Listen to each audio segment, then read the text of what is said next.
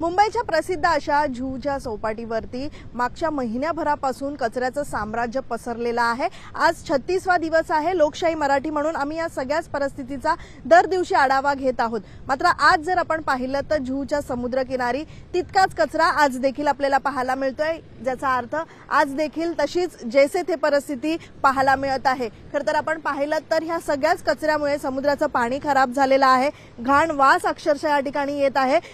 सर्वसामान्यांसाठी चालण्यासाठी देखील आता जागा या सगळ्या जुहूच्या समुद्रकिनारी उरलेली नाहीये। त्यामुळे आपण बघू शकतो कशा पद्धतीत सर्वसामान्य नागरिक आज देखील ह्याच कचऱ्यातनं जे आहे आपला मॉर्निंग वॉक करताना पाहायला मिळतात।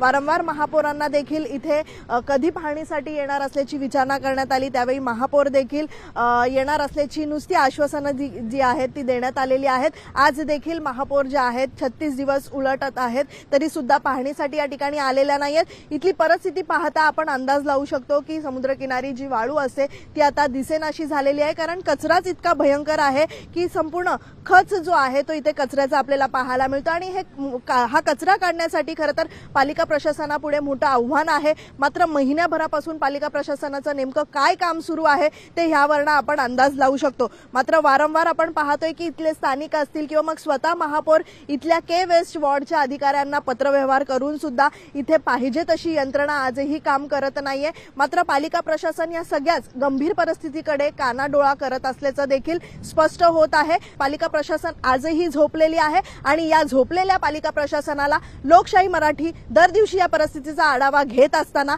मात्र पालिका प्रशासन जोपर्यंत जागी होत नाही, जोपर्यंत ग्राउंडवर उतरून पाहिजे तशी परिस्थिती ह्या सगळ्याच कचऱ्याचं साम्राज्य जो पसरलेला आहे जोपर्यंत साफ करत नाही, तोपर्यंत लोकशाही मराठी म्हणून आम्ही आवाज उठवत राहणार आहोत।